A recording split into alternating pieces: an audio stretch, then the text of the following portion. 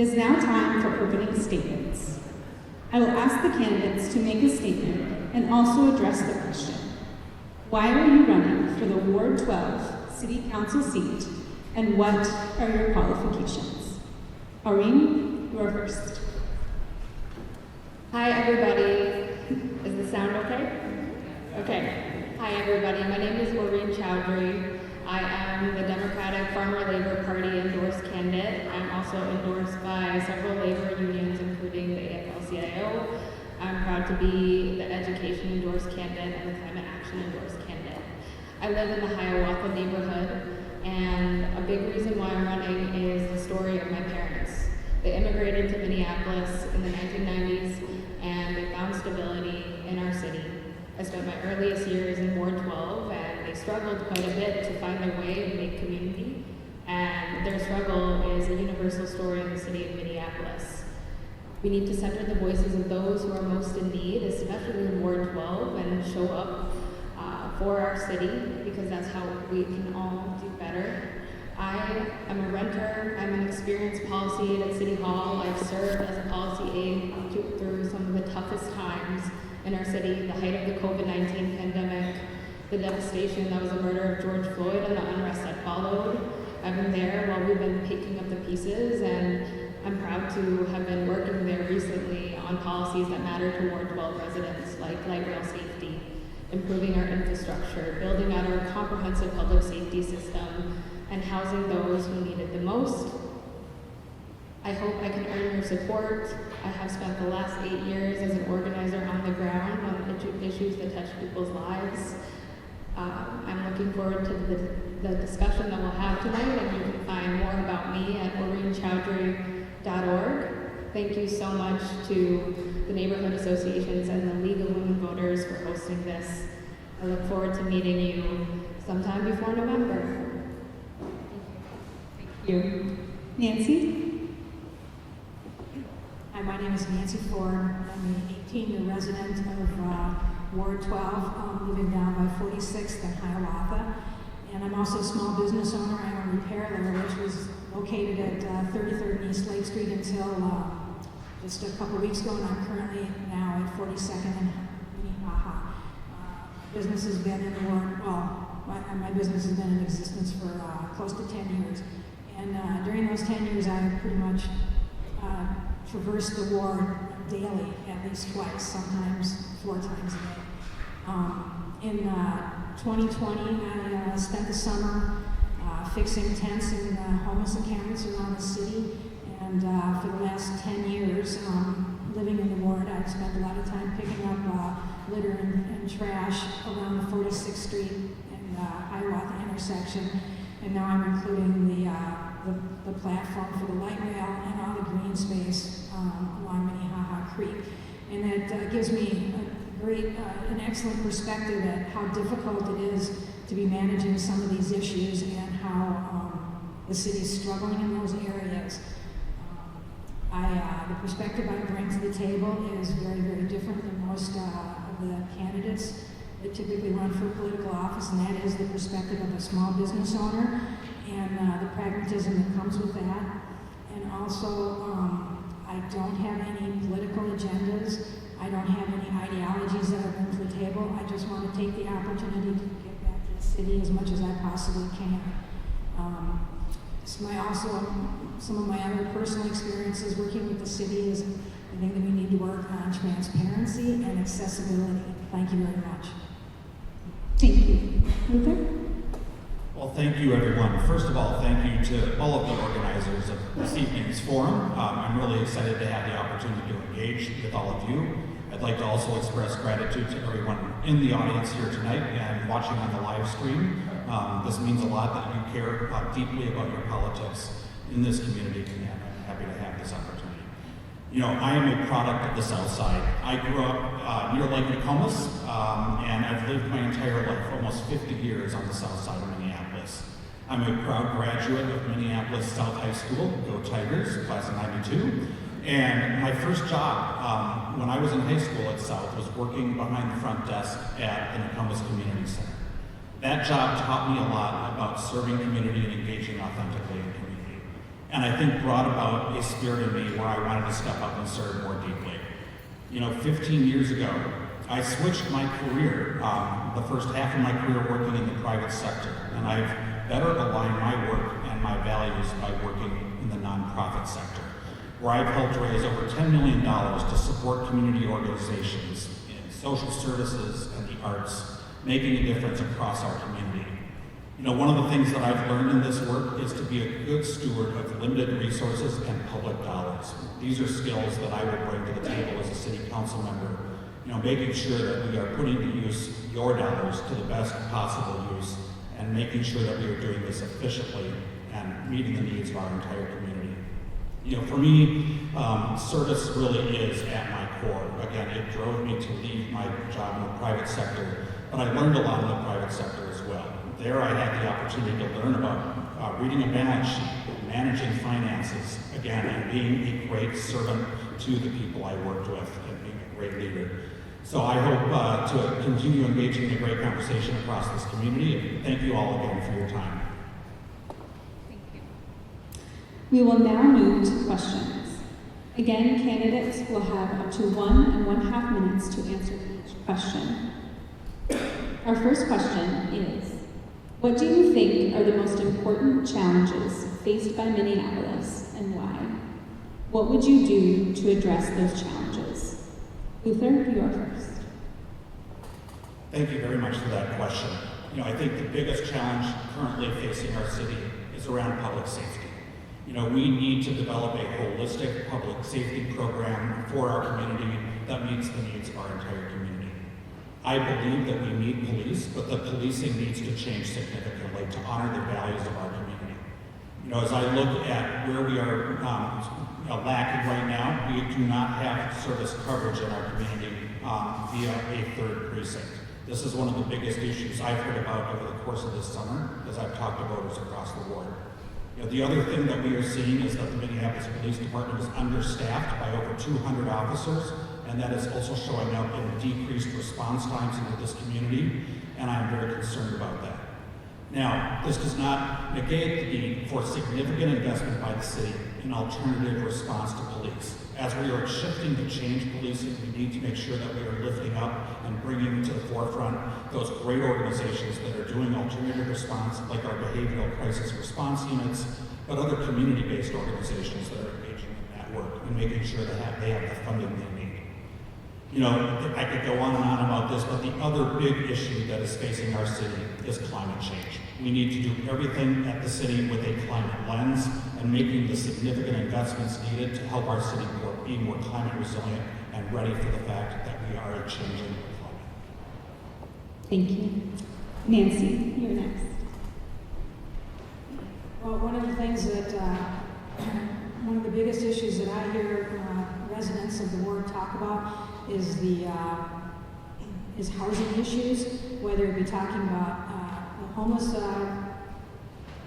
situation or the cost of affordable housing just for somebody who wants to purchase a home. And one of the first things that we need to do is we need to start building more purchasable property and look at the obstacles that are in the way of somebody being able to purchase a home. We don't have a shortage of places to currently live, we have a shortage of houses to purchase. And that's one of the things that drives people out of the ward.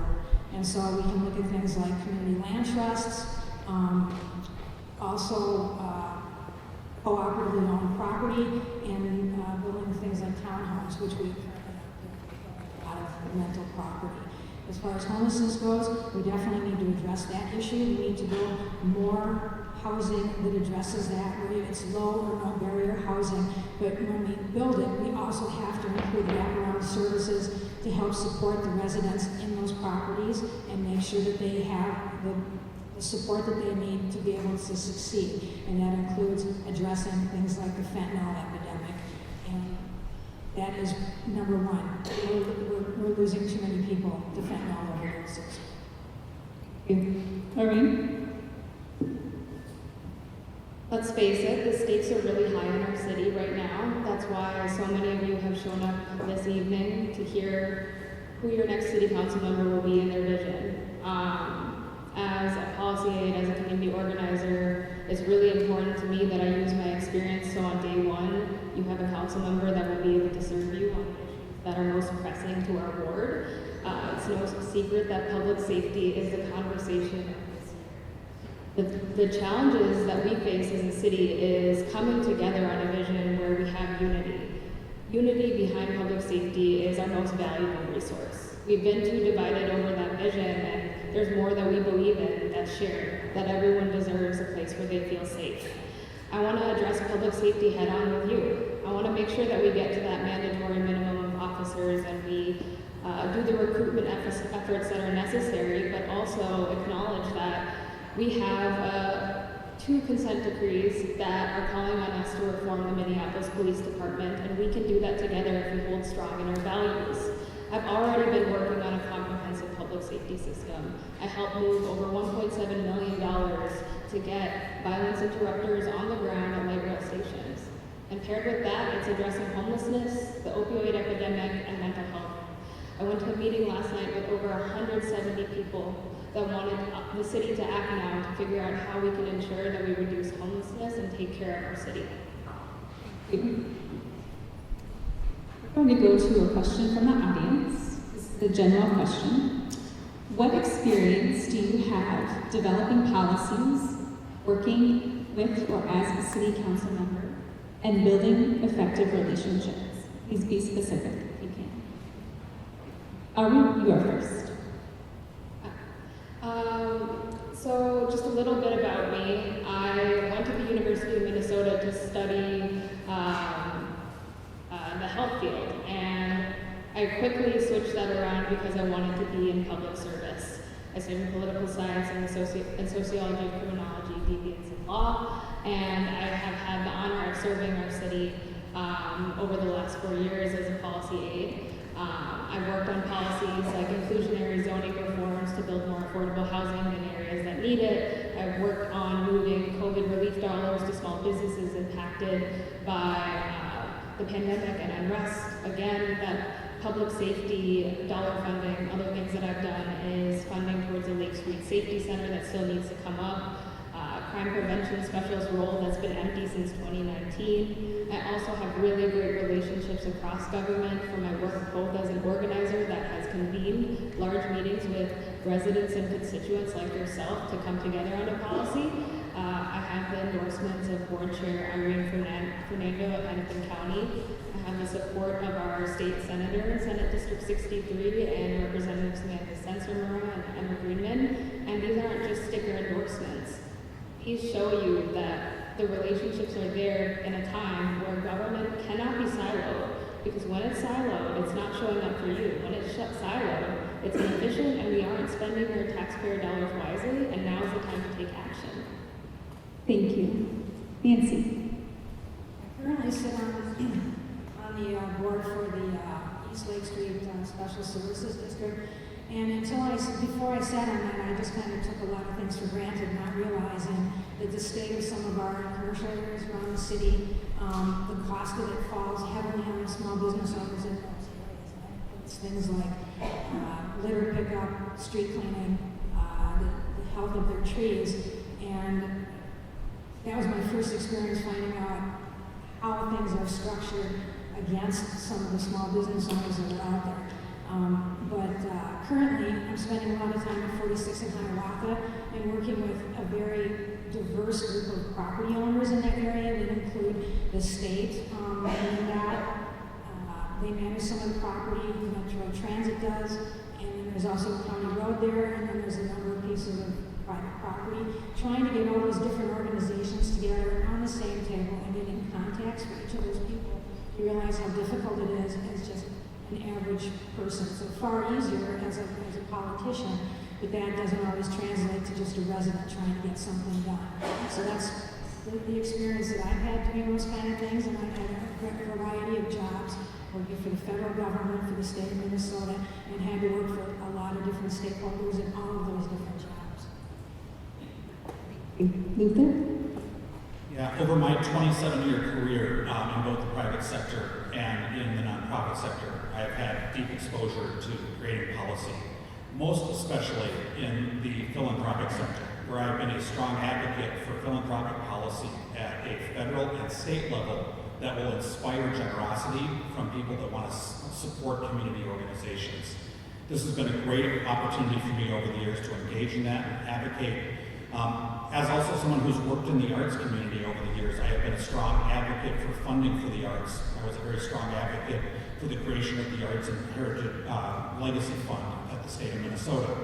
This is something near and dear to me given my musical background. Other areas where I help deliver and create policy is through my service on nonprofit boards. It's been a value of mine throughout my career to serve on arts and community engagement organization boards. I'm proud right now to help drive policy conversations through the Westminster Town Hall Forum, where I've sat on that board for the past 6 years, and also serving on other arts boards, driving policy for the arts. I am a relationship builder. Wherever I've been in my career, I have sought to sit down and seek understanding of the people I'm working with, come to points of agreement, and create solutions and policies that will help advance all concerned. Thank you. I'm just going to keep going with some questions from the audience because we have some good ones. This one is about housing. What is your plan to ensure that Minneapolis is a city where everyone has a safe, stable, and dignified place to call home? Nancy, you're first. Well, as I mentioned earlier, that's one of the issues that I hear frequently in Ward 12, and that is making sure that everybody can afford to stay living here in the city of Minneapolis. Currently that's not the case. We are building far more rental property than we are purchasable property, and new construction will always be more expensive than what currently exists. And as long as you are spending money on acquisition and construction costs, it is going to be far more expensive than what we currently have. And I don't know any developers that are going to pass the savings on to you. We need to build more purchasable property, and with that, we need to look at the obstacles that are keeping people from being able to purchase property, and that we have to look at programs that do things like buy points off on your mortgage, help you with down payments, because there are people out there that may have issues with their credit, but they pay far more in rent than they might pay in a mortgage payment, and that's keeping them from home ownership. And home ownership gives everybody an opportunity to build equity and pass that on to the next generation. That is what we need to see more of. That also helps build strong communities. Thank you. Luther. Thank you. Housing is one of the most important issues facing our community, and it's going to take a multifaceted approach to address it. We need to make sure that we are providing the housing to meet the needs of everyone so that everyone has a roof over their head in this community. We see the impacts of the lack of housing with the unhoused that are living across our city, but especially prevalently here on the south side. I think it's very important that we invest in preserving naturally occurring affordable housing across our community, especially here in Ward 12. Many of those are duplexes that are owned by mom and pop landlords who are providing great housing to people that have lived there for a long time. We need to make sure that we are advocating for those mom and pop landlords so that they can still continue to provide that housing. The other big thing we need to do is work on building pathways to home ownership for everyone. And I think we have to acknowledge the shameful history of our city with racial redlining and the racial team covenants. We are still a very segregated city because of those policies, and we need to continue breaking through those and building those pathways to home ownership for everyone. The other thing that we need to really do is continue to build the housing that meets the needs of our community in many ways, and invest significantly in public housing, because right now there's a 4-year wait to get into public housing in Minneapolis. That's not acceptable. Thank you. Maureen? Everyone deserves access to safe, affordable housing. Public housing is one of the best tools that we have for income-based housing to resolve the issues that we see around racial segregation, class stratification that we have within our city. Right now, we're living in 2 Minneapolises, right? And we have to understand that as Ward 12 residents, it's our responsibility to stand in allyship with parts of our city that are getting inequitable resources, and one of that is housing. Housing is safety. Housing is building economic wealth. Housing is what is going to make sure that people stay in the city of Minneapolis. I am a renter currently. I have been housing insecure in the past. I've gone from couch to couch. I'm 26 years old. I'm looking into what home ownership might look like right now, and there's financial stress that make that feel impossible. And something that one of my supporters told me in terms of a vision for our city is that we need to build a city where their kids who are off to college want to come back here and raise their families. That's the Minneapolis that I'm about. Some things that we can do right off the bat is first, we need a standard operating procedure on how we address unhoused homelessness to get people to housing. We need more investments in deeply affordable housing through inclusionary zoning policy, create cooperatives, more home ownership opportunities at an affordable level for seniors and other people that might be lower income. And that's my time. Thank you. All right, another question from the audience. How will you address the challenges facing the businesses and residents along the Lake Street corridor? Maureen, you are first this time. Yeah, so Lake Street is very near and dear to my heart. I've been working really hard the last 2 years to support Lake Street businesses.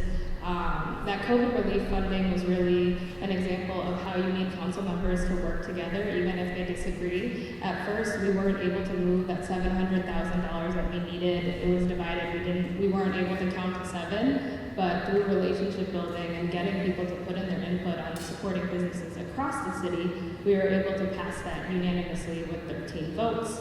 That was something that I took lead on. Other things we can do to support small businesses is when there's construction, like that beeline construction that we're seeing right now that's impacting businesses, is giving them a heads up and making sure that other jurisdictions, your council members responsible for making sure that they are convened in the city, give those businesses a heads up so we can do future planning. I think we need more relief dollars for businesses to access, more technical assistance. Some parts of Ward 12, I'm going to go outside of Lake Street, don't have a business association that they can rely on, so I want to help build that.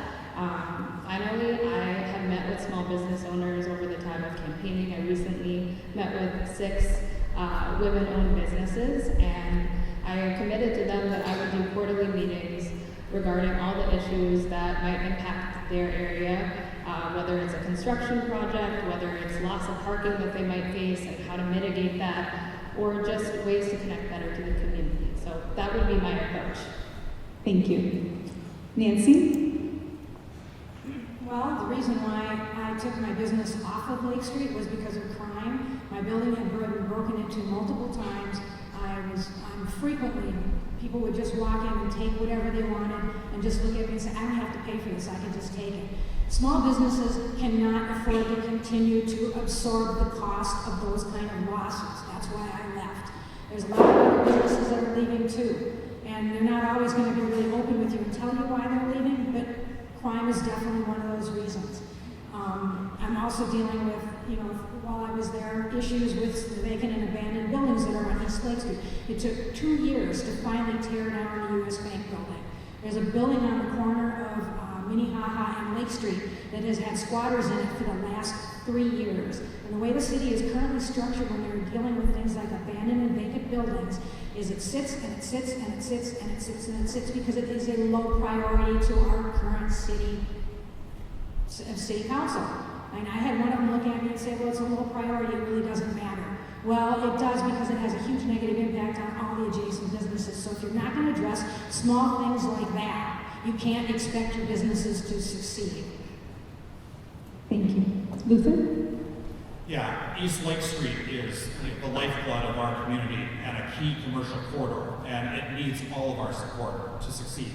I think a great example of that right now is the construction of the Beeline corridor. While I think transit is a good thing, one thing that is concerning me when it comes to businesses on East Lake Street is they were not consulted or brought into that process, and they had no say in the fact that they're losing parking. I'm concerned about people who cannot use transit to access businesses being able to access those businesses on the East Lake Street. I worry about their long-term health. I'll echo as well what Nancy says is, the lack of a public safety presence along East Lake Street is creating an environment that is untenable for businesses.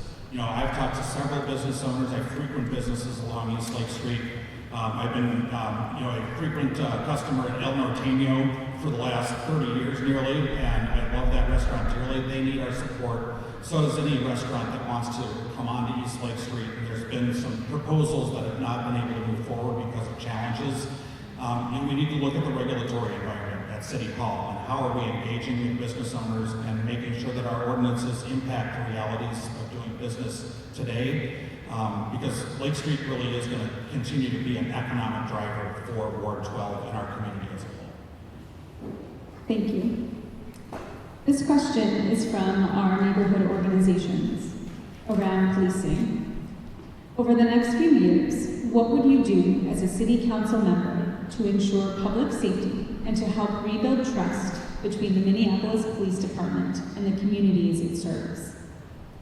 Luther, you are first. I think we have a once-in-a-generation opportunity to rebuild that trust in the Minneapolis Police Department. And that comes from the settlement agreement that we have come into with the Minnesota Department of Human Rights and the coming consent decree with the federal DOJ. These agreements are driving change in our police department that is going to have court oversight and regular review. One of the things that I see, and I pulled out from those press conferences announcing these agreements, is that they are based on transparency and accountability. We need transparency and accountability if we are going to rebuild trust. That's going to take an investment on the part of the city because it's all about collecting data and then being able to report that data out to you, the citizens, so that you understand what are our police being trained to do. What is constitutional policing and how are we, overseeing that and how are we making sure that that is being implemented in a way that we want and deserve as a community. I also think part of rebuilding trust is having proximity with public safety. And right now with our public safety apparatus based in downtown Minneapolis, we do not have that proximity and trust. So I would advocate for getting a police presence back in the 3rd Precinct geography as soon as possible so we can have that proximity and build trust and get to know the people that are protecting and serving us. Thank you. Aubrey? When it comes to rebuilding trust in our city, one thing that your council members need to lean on is building unity. I'm going to say it again, we're way too divided on the issue of public safety, right? There are two things that can be true. Our response times are not great and we are under-resourced, and we have an issue with racist, misogynistic, and unconstitutional policing that has lasted for over decades and people have lost their lives to it. And right now, 3 years later, we have not had a 3rd precinct, and people have suffered because of that. And also, we also haven't addressed the fact that we've left that corner blighted, and we haven't had a truth and reconciliation process to really address the pain that we have felt as a city together. And I know that we can all come together on that. Police accountability, we're going to keep on talking about this consent decree. I think it's important for you to know that we're moving forward in it, and it's a court enforceable document because we have made mistakes, and you're going to need council members that are going to be able to shepherd it well because it's costing us $8.4 million in the next 2 years to do it. So that stewardship of your taxpayer dollars in this case is really key. Other things to build trust and accountability is that police contract, making sure that that is strong, and also holding management accountable, which is the mayor and chief on implementing and enforcing the policies to get bad cops out of the force and change the way that we do things as a city. Nancy? Well, as we can see from our past failures, how expensive this is. We're looking at for the next 2 years just $27 million being spent just trying to address the accountability issues and trying to get just a small piece of trying to get this back on track. It doesn't help when we continue to vilify all police. That's not beneficial to anybody, and we need to, at some point, figure out that yes, we are going to put some trust back in our police department. Not all police are horrible. They're not all against us. There are some very solid people, and I can't possibly think of them all as just a monolith of just horrible human beings. And that continues to happen in the press and from different groups of people, some of which, are elected officials. That's not helpful to the situation at all. It also isn't helpful that we can't even make a decision about what we're going to do regarding the 3rd precinct and give a group of employees a place to work. Until we can get on the same page with that, we're going to continue to have these difficulties. But we definitely need them in our ward, and the more we can see them and the more accessible they are, the more we're going to move towards a higher level of trust. Thank you. Our next question is another one from the audience. As a children's mental health worker, I'm curious how you plan to address the mental health crisis affecting the next generation. Nancy, you are first. Heavens to Betsy, I don't know where to start with that one. Well, if you're talking about school-age children, we're going to have to focus on services that we'll probably be providing in the schools, because that's where it's probably going to be most the problems that are arising with school-age children are going to be recognized with the people that are spending the most time with them. And that would mean your school teachers are going to be identifying some of these issues, but we're also going to need care providers within the schools to help identify and also work with the parents in their homes to work on some of these issues. It's an area that I'm not at all familiar with. I don't have children, so I can't even speak for anything deeper than that. Everybody loves their children and wants the best for them, and school teachers are the same way. And yeah, this COVID has definitely taken a toll on school-age kids. It's taken a toll on a lot of people. So that's the best solution that I can think of at this point, is getting people in the schools. Thank you. Luther. Yeah, I think as someone who, for the first time during COVID, turned to mental health to address my own mental health, I learned very firsthand, and I'm sure many people watching in this room have also experienced this, how hard it is to find a mental health care professional. And I think that's the root of the problem, and especially when it comes to working with our kids. So we need to look at this from a system-wide approach and bringing in our local government and federal and state level government partners, because this is going to take significant funding to bring to bear the level of staffing we're going to need to address this. We failed our kids during COVID, and I think we're seeing the outgrowth of that in some of the crime that we've seen over the summers. The 10 to 14-year-old kids were left behind by our community, and their mental health was not addressed.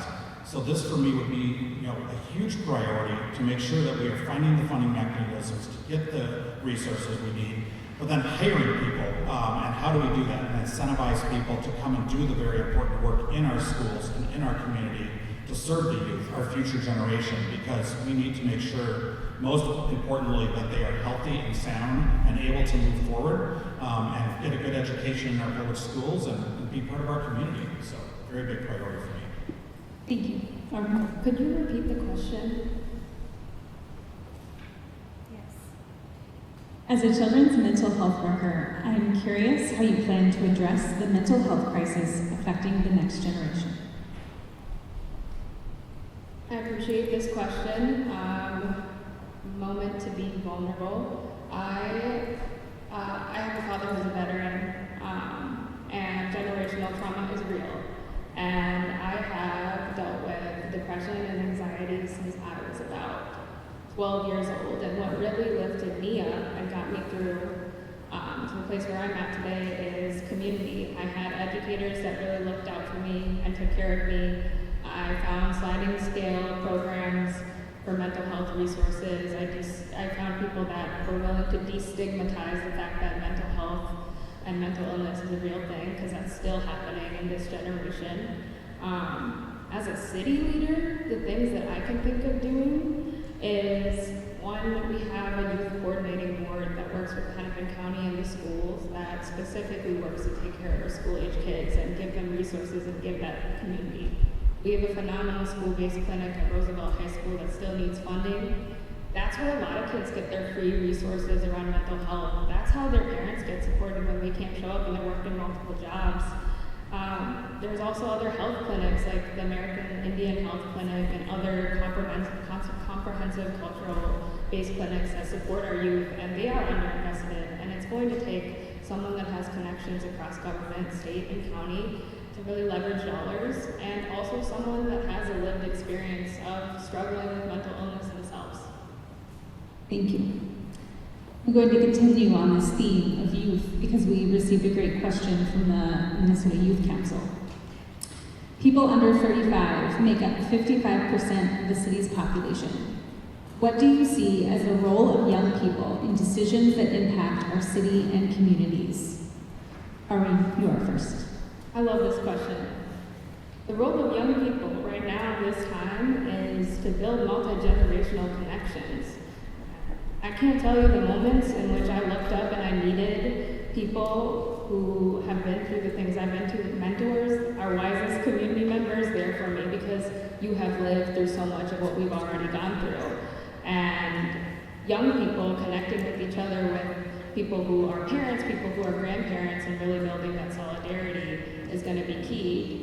Young people right now feel the pressures of, again, getting to home ownership. Are we going to be able to have kids? Are we going to be able to live downtown? Are we going to be able to work in the place that we live? And I encourage and challenge young people to show up and be civically engaged. And I also encourage the elders in our community to reach out to those young folks and build connections. We're one big community, and our solutions come together when we're not siloed by generation, not siloed by race, not siloed by income. And that's really the task at hand for us. And I know Minneapolis is up to that challenge. Thank you. Nancy. Well, we're talking about people that are the next generation of parents, the next generation of care providers, the next generation of innovators. We need to support everybody in all of those different roles that they're going to be playing. We need to make sure that it's possible to still stay in Minneapolis and raise a family, provide good education for the children that you're anticipating having in the future, being able to possibly live in a large enough multi-generational house with 3 generations living under the same roof. We need to be able to make sure that we can provide jobs within a commuting distance that are well-paying, not just service industry type jobs. And we seem to be lacking in some of these areas, specifically when it comes to housing, affordable housing, and also jobs. Instead of sending people out to the 494, 694 waiting for jobs, we need to be creating more jobs within the city limits, not just downtown, but in other scattered hubs around the city. So that's kind of what I'm thinking about that population. Those are the ways that we need to support them. Thank you. Luther? I'm always inspired when I get to spend time with my nieces and nephews who are all part of this younger generation. And one of the things I always take from those conversations and I would come to this work with is a spirit of humbleness and acknowledging that I don't know all the answers and that sometimes some of the best ideas are coming from our youngest generations. So a willingness, if I am elected to be a council member, to engage with kids and meet with them at school throughout our ward and hear what their experience and hear their story and hear their ideas, and then do what I can to advocate for and advance those ideas, bring them into the process. I always want to bring that spirit of listening to this work, and it's really important to me to engage authentically that way. At the same time, also acknowledge that it's really important we listen to people of all ages, especially our seniors that live in Ward 12. On average, Ward 12, the median age is 42. The rest of the city is median age is 32. So we are an older ward, which means that we need to make sure we are bridging that gap between younger residents and older residents, that we are providing access to home ownership and opportunities for engagement across our community. But again, always bringing that spirit of listening and willingness to sit down and hear and learn and engage effectively and authentically. Thank you. Okay, we received several questions related to this, both before the forum and in the room tonight. The City Council voted against rebuilding the 3rd Precinct building for the Minneapolis Police Department. A longer-term plan for the precinct is still not clear. Some community members say they want a police presence in the area, while others want community-led safety initiatives. How would you, as a City Council member, address your neighborhood's concerns and move this issue forward? Luther, you first. Yeah, this is a great question and something that is one of the most important issues that comes up when I talk with all of you across the ward over the course of the summer. You know, we are seeing the impacts of not having a 3rd precinct serving the 3rd precinct geography. And I am very happy that the city voted to move on from the former site of the 3rd precinct once and for all. That is clear, we are moving on, and I would actually advocate that we raise that building right away. Will we then invite community imagining of what the replacement for that space would be? In the interim, you know, I want to make sure we're being good stewards of our public dollars. I saw a number in last week's report that suggests it will cost $30 million to build out the Century Plaza space for a 3rd precinct. That's even more than building a new building in the 3rd precinct. That's not an acceptable way to use our public dollars. In the interim, one thing that I would put forward is that we test out and pilot public safety satellite hubs across the Ward 12 geography and see how this works, because it would bring about the proximity. It would give equal access to taxpaying citizens to public safety services like filing a police report, accessing mental health crisis resources, and other safety resources. I think that would be the first thing that I would address while we figure out a long-term solution to the 3rd precinct situation. Thank you. Maureen? So we need a plan to address this right away on day one. And I feel like I've started coming up with a plan because you all have helped me create it. So thank you for that. I also believe that taking the Lake and Minnehaha site off the table actually creates more opportunity for us. That's something that I've been consistent on since the beginning of my campaign. I've talked to law enforcement, I've talked to the business owners on that corridor and residents in our neighborhood. But this is a part of how we heal as a city in this inflection point that we're in. On day one, what I'm really interested in is having a conversation as a community, two separate conversations about truth and reconciliation in that corner. Let's have it not blighted, let's move forward on that. And then where can we have a centrally located police precinct that feels completely different in 2023, right? We're talking comprehensive resources. We're talking 311 services on the ground. We're talking a place for violence interrupters to be based out of. And holy shnikes, that $30 million for that co-location is a lot. I think a wiser spend of those dollars would be creating something like a Lake Street Safety Center that I've helped move funding for. We can do that. We can have multiple spots within Ward 12. And I'm fortunate to have a really strong relationship with our inspector at the 3rd and other community members that are thinking about this right now to take this on day one. And I look forward to including your voice in our plan moving forward. Thank you. Nancy?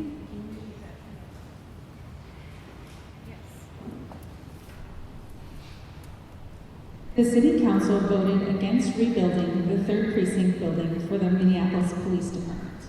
A longer-term plan for the precinct is still not clear.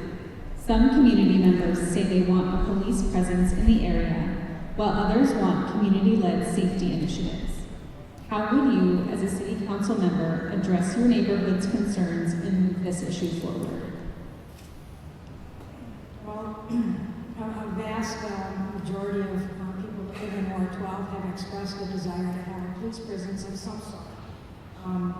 How that looks, that can be quite varied. But knowing that we do need a home for the police department in the 3rd precinct, I think is important. When people ask me early on, do I think we should rebuild it at Minnehaha Lake, I said no. It never made sense to me for it to ever be there in the first place, because I looked at it from a small business standpoint, and it seemed like the property was far too valuable commercially to have any sort of like city office. So it was there, doesn't need to go back there, and it probably shouldn't go back there.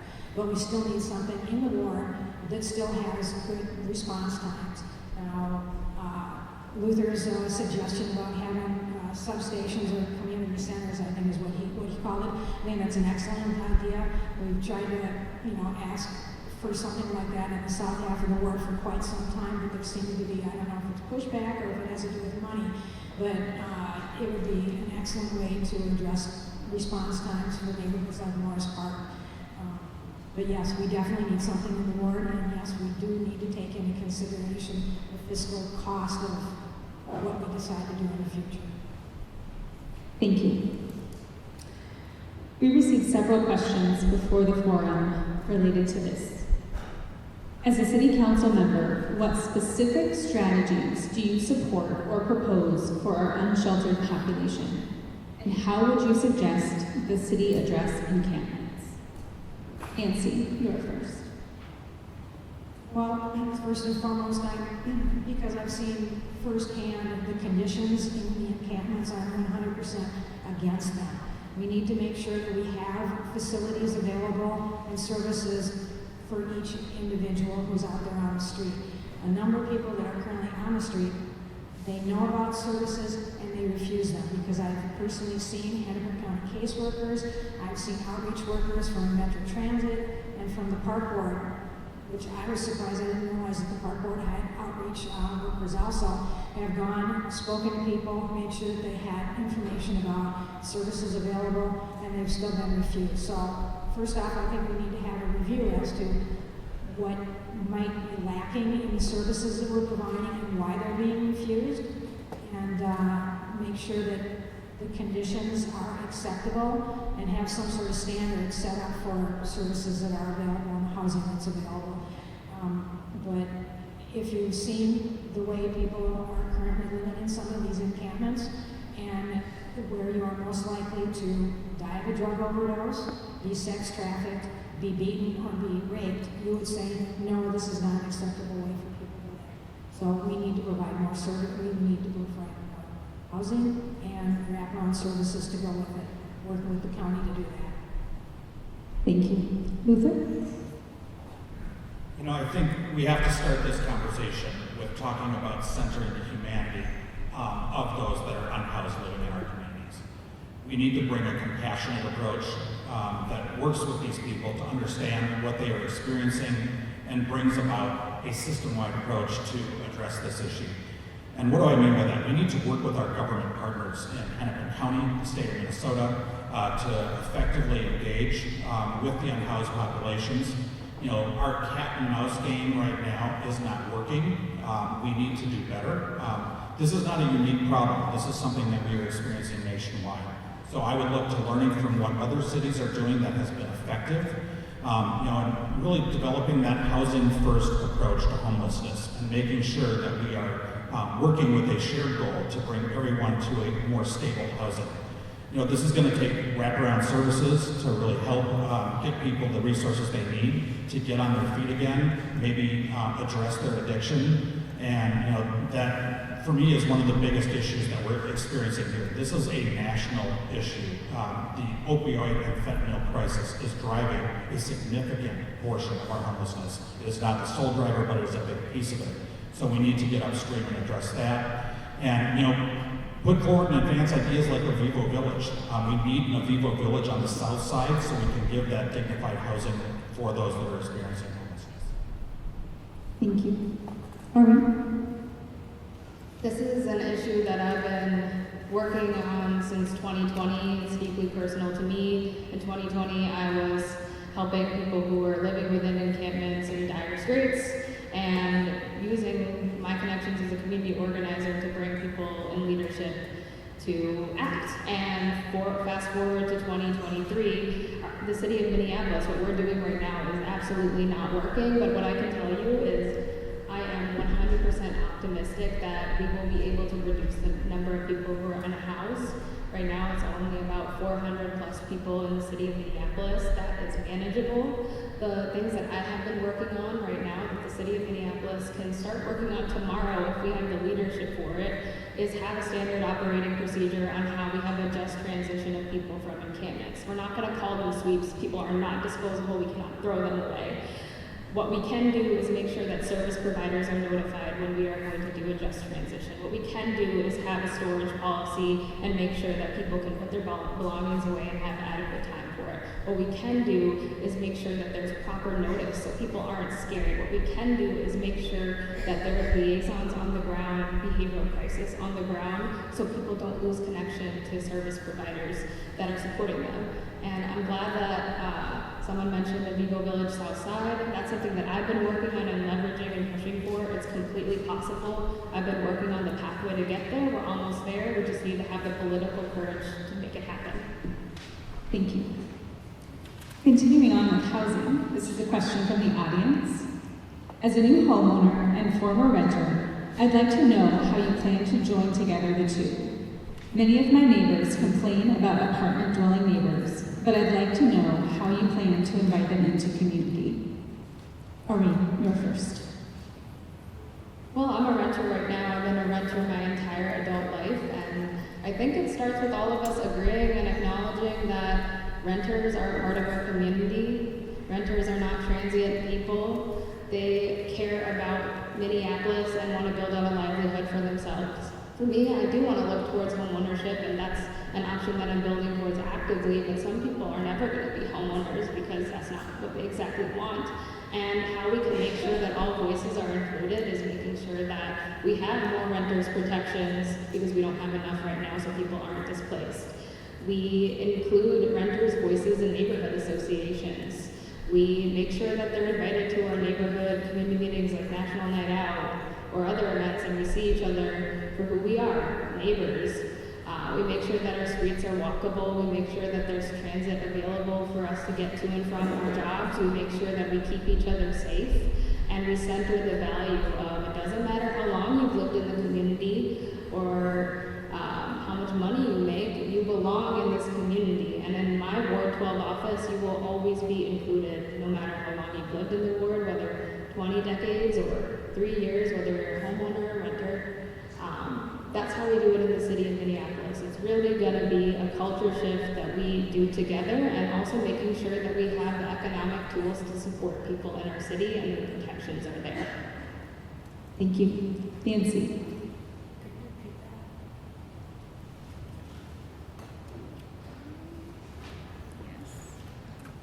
If I can find it again.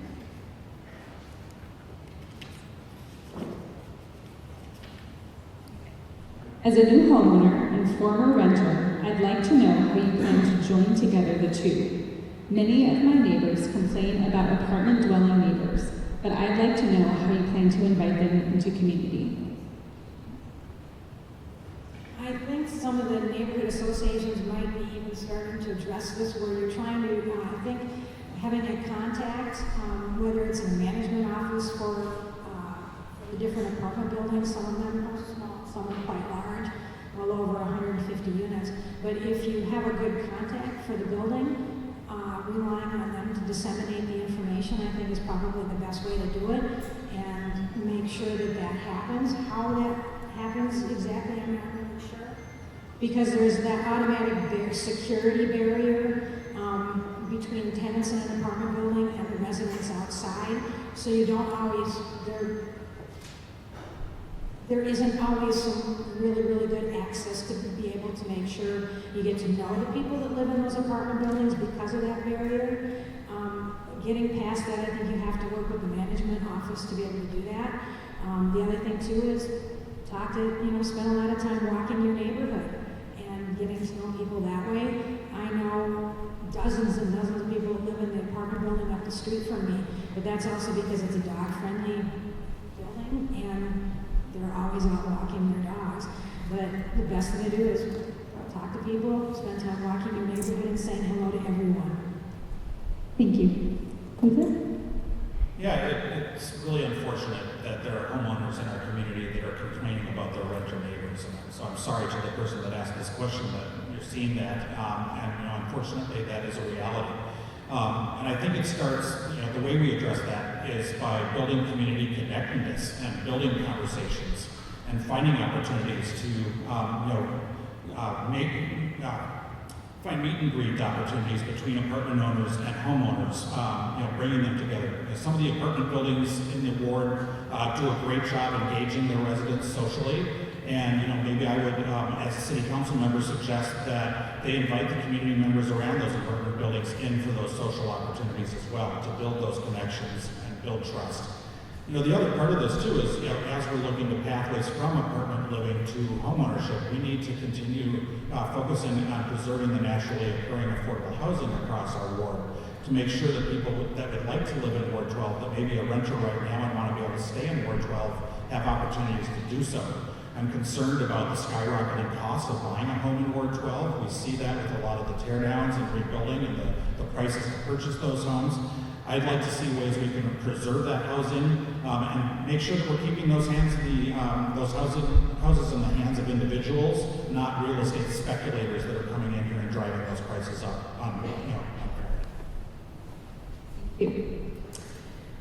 We also received several questions before the forum and during on this topic. What is your opinion of the proposal for the city of Minneapolis to take over sidewalk snow shoveling? Luther.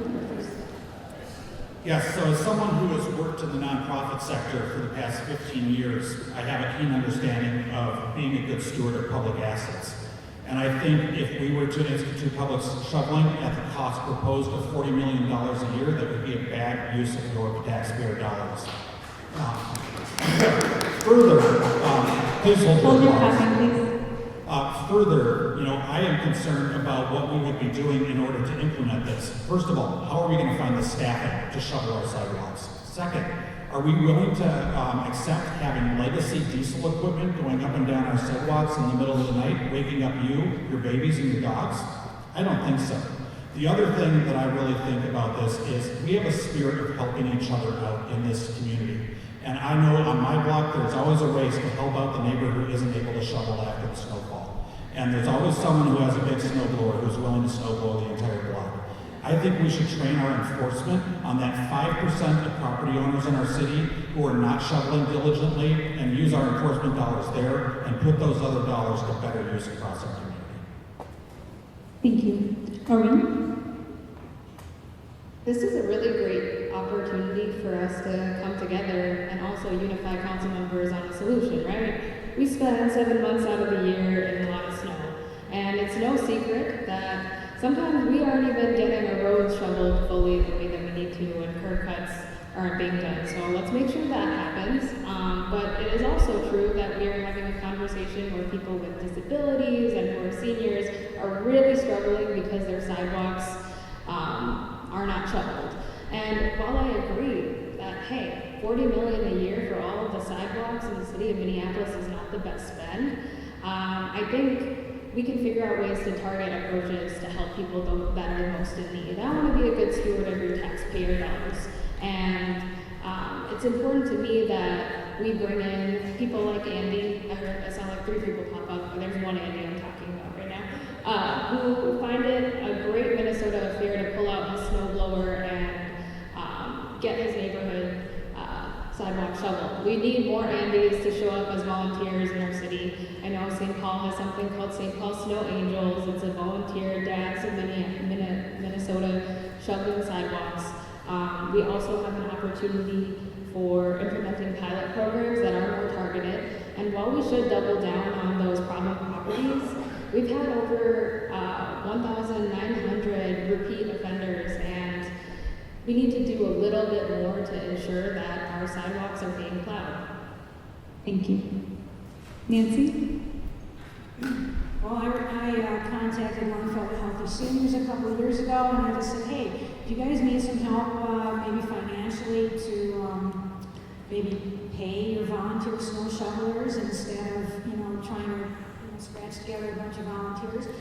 And they said that they couldn't manage the program, it was too complex, and so then I contacted Longfellow Community Council, and I contributed $5,000 to them specifically to work with people in the ward who might have some physical difficulties, whether you slipped and broken an ankle or whatever, but if you're having a difficult time trying to get to your own sidewalk, there would be help out there for you.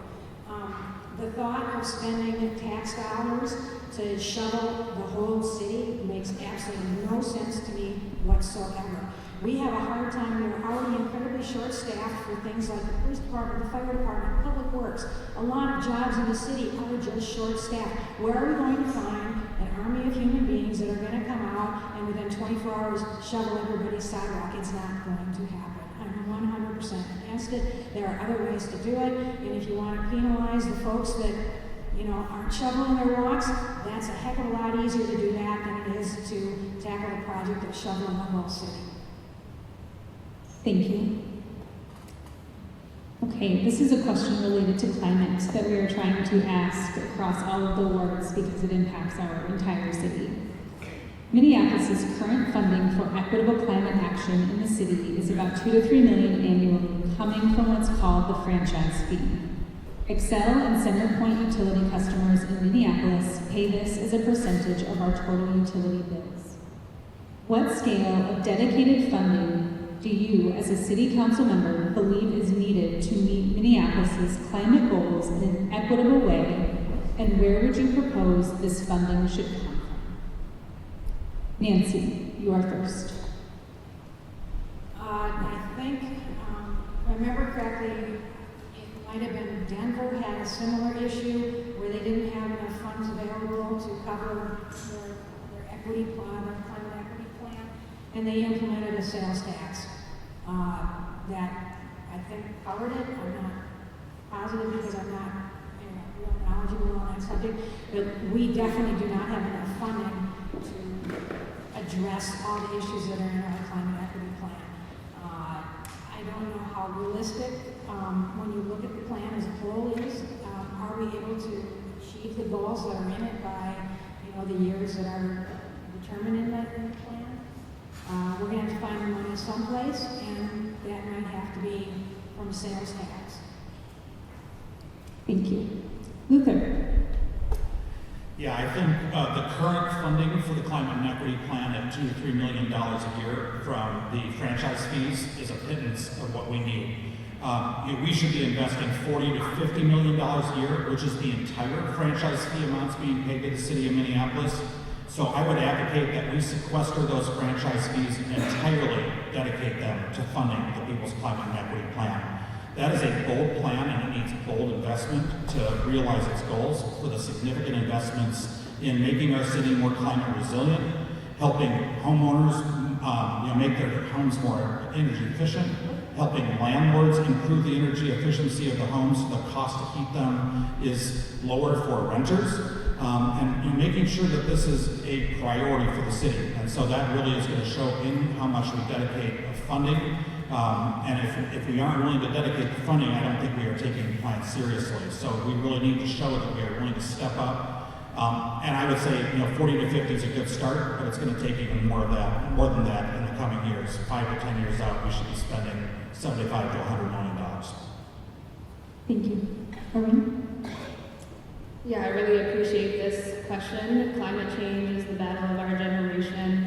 And right now we are feeling the impacts as a community, whether you're the East Phillips community, which has faced outsized pollution for decades, or our natural systems in Ward 12. I'm really happy that the People's Climate and Equity Plan passed. That equity portion is really important. We need to start with those Southside Green Zone areas so Black, Brown, Indigenous people don't get left out, especially that weatherization of 30,000 homes.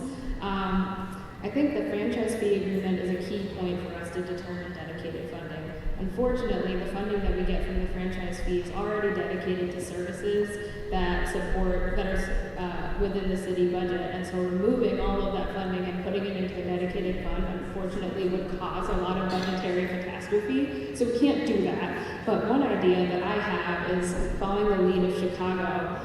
Chicago is looking at leveraging their franchise agreement to get the shareholders of those billion-dollar companies that have polluted us in the past to do dedicated funding. And in the city of Minneapolis, if we have good organization between labor unions, the state government, climate organizations, then we'll be able to do it. I'm proud to be the only climate action endorsed candidate, and I'm proud to have not taken any fossil fuel money or lobbyist money for these utility companies, so I can be fully transparent and honest about what I support.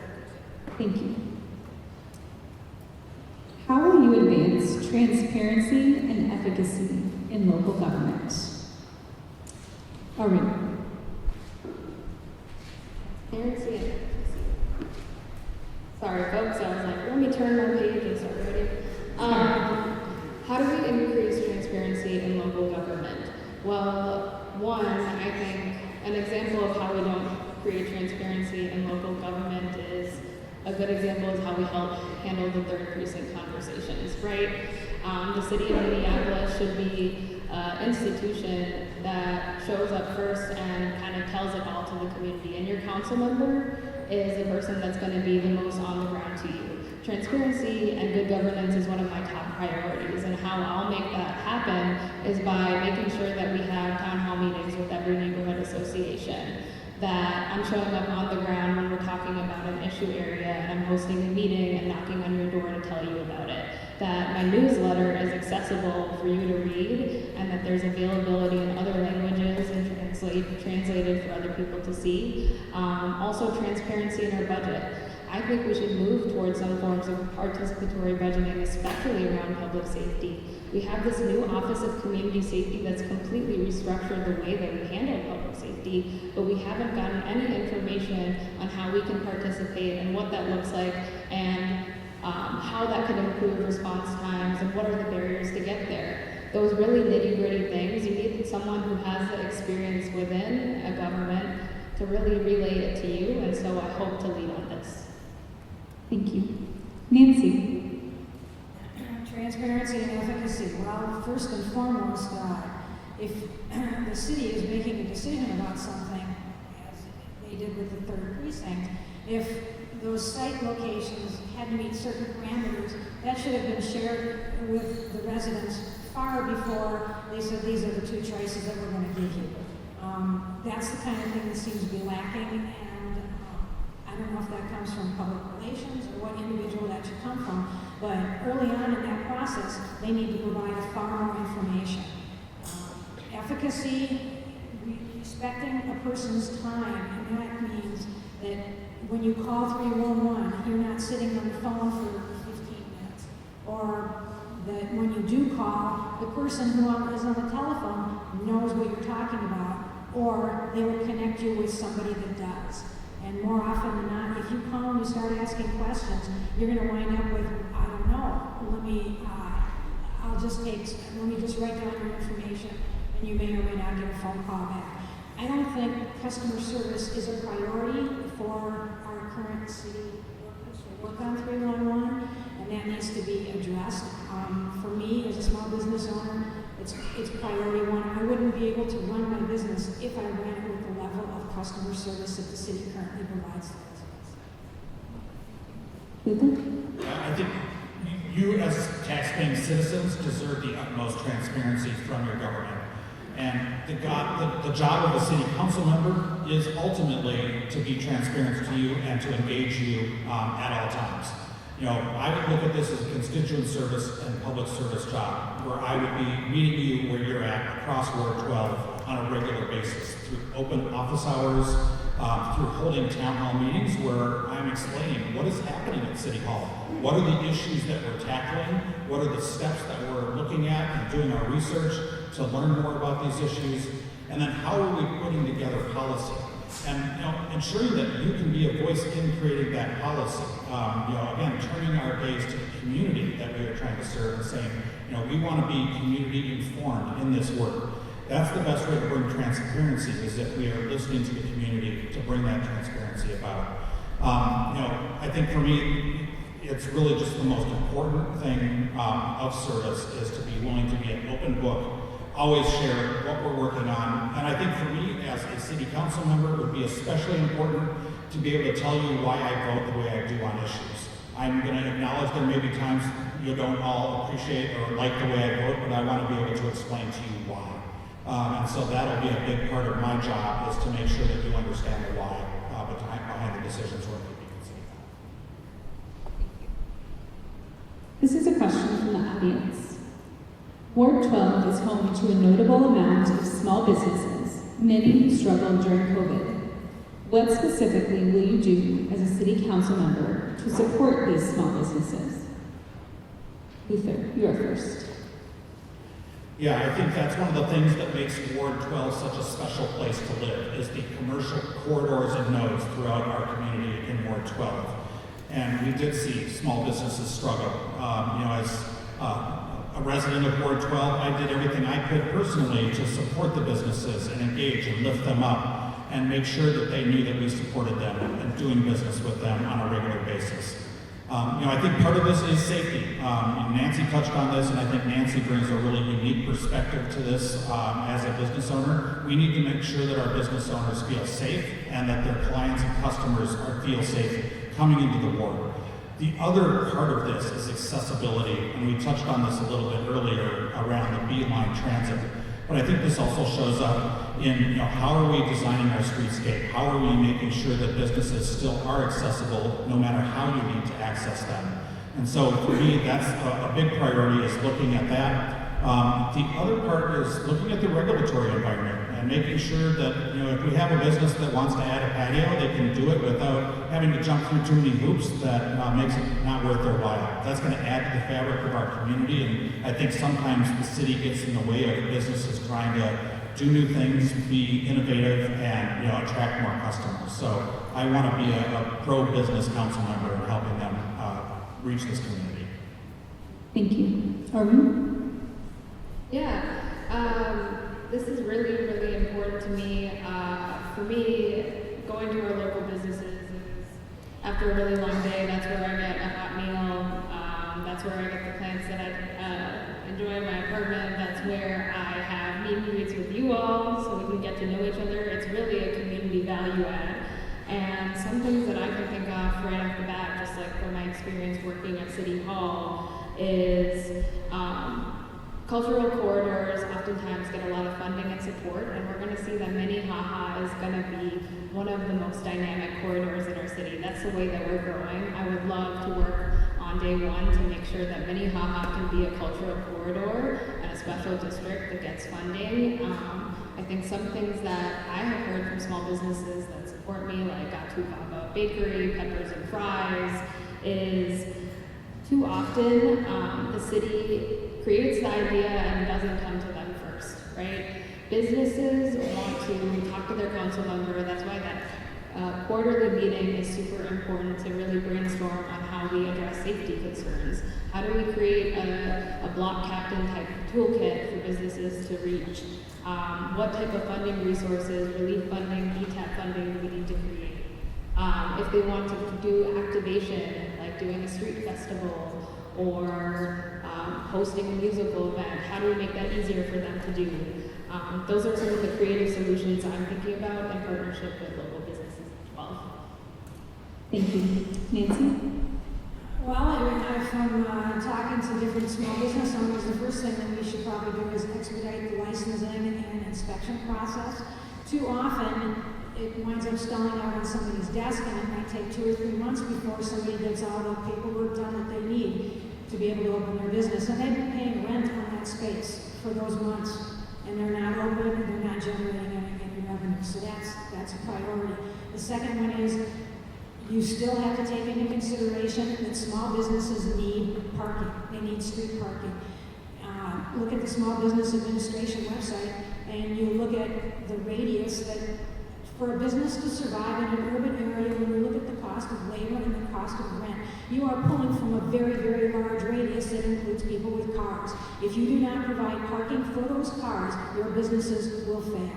The other thing we have to take care of are things like the vacant and abandoned buildings that are in this city. They have a huge negative impact on the adjacent properties. And as long as they sit there, they are going to have a negative impact on the businesses that are still in the neighborhood. If we do not address these very, very basic things, our businesses will not thrive in this city. Thank you. Okay, we have time for one more question before closing statements. This one is also from the audience. What is your position on regulating rent, and how do you think the City Council should proceed? Nancy, you are first.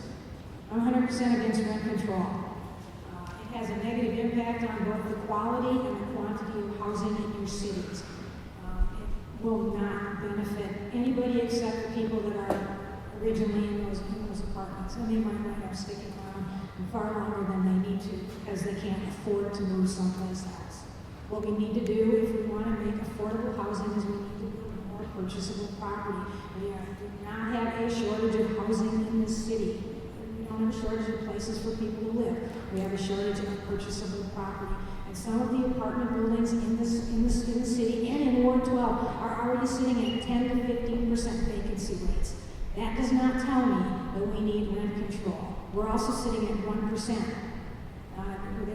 That's what came out last year. And on top of it, it is a renter's market at this time, where you can get things like a 14-month lease for 12 months. You can get free parking thrown in. It is a renter's market at this time. Rent control is not a good idea. Thank you. Luther? Yeah, I agree. I think rent control will do more harm than good to the communities that it's meant to help. I think we have a great example of what happens when you institute rent control. We look across the river at St. Paul. Affordable housing development has nearly ceased in St. Paul. I think if we want to look micro, you look at the Highland Bridge development in St. Paul. That was slated to have 3,800 units of housing developed. Only 800 are being built at this time. I would not like to see that happen in Minneapolis. A widely cited study by Pew Charitable over the recent years looked at many cities across our country, and Minneapolis was one of them. And it showed that median rent growth in Minneapolis over the period from 2017 to 2023 has been at 1%. I think rent control is not the way to address our housing crisis. I understand and I will acknowledge that the voters did ask the City Council to develop a policy. So I would start by bringing together renters, mom and pop landlords, the builders of housing, and coming up with a solution that will meet the needs of all stakeholders and make sure that we continue to provide affordable housing and deeply affordable housing to all members of our community that need it. Thank you. Maureen? I have been very consistent on my position on rent stabilization. I support working on the rent stabilization policy, even if we are at a median increase of 1%. The reality is that service worker that came and talked to me about being displaced because of the 20% rent hike happened. The reality is the woman that I talked to the other day who's living in an encampment currently who faced a very predatory rent hike at 18% and now has been unhoused since 2015. That's still happening. And rent stabilization is about planning for the future. We currently have no policies in place that stop displacement. Rent stabilization is not our silver bullet solution to the housing crisis, but one of many policies that belong in a constellation that can make sure that our city thrives. I have been really open about the features of this policy. I haven't committed to anything except for I am very supportive of a new construction exemption so we can have a tailor-made policy in Minneapolis. We do not need to have the same policy here. We can make reasonable limits on rent without having little to no impact on housing stock. There's over 182 municipalities that have some form of rent stabilization, and we're talking about this right now because we have a displacement problem in the city of Minneapolis. And no matter what happens in the Ward 12 seat, the math adds up that there's going to be a majority of council members that work on this policy, and you need someone that's going to show up for you and listen to your voice on the city council. Thank you. Candidates now have up to 1 minute to make a closing statement. Luther, you're first. Well, thank you all, and thank you, Maureen and Nancy, for this great dialogue tonight. It's been a joy. I just want to go back to the fact that I come from this community.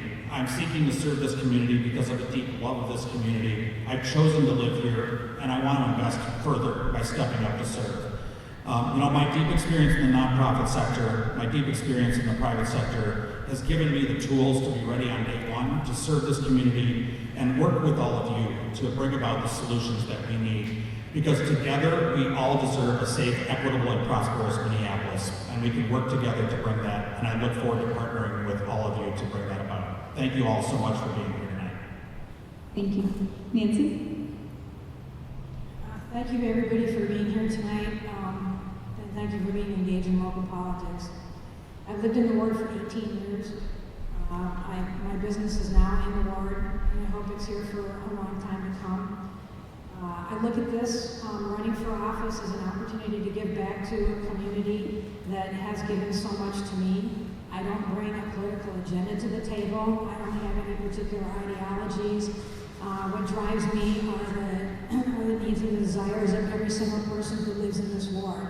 And I look forward to having the opportunity to represent every single person who lives in the ward. Thank you. Maureen? It's a big deal that for the first time in 10 years we have the opportunity for new representation in Ward 12, and so I thank you so much for being here. I thank Nancy and Luther for running, and I just want to say, for me, what it's about is building a multi-generational, multiracial coalition so we can have safe, healthy, connected communities. I want to have a Ward 12 office that is inclusive, where no one is counted out, and that's why I have a big and broad coalition supporting me. If you look at my literature, you can see it there.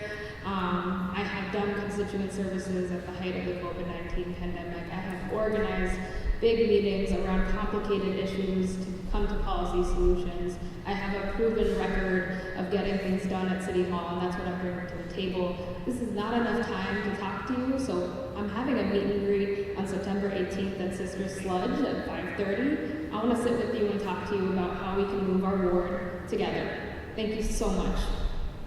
Thank you. On behalf of the Minneapolis League of Women Voters and our co-sponsors, I would like to thank the audience for coming tonight and the internet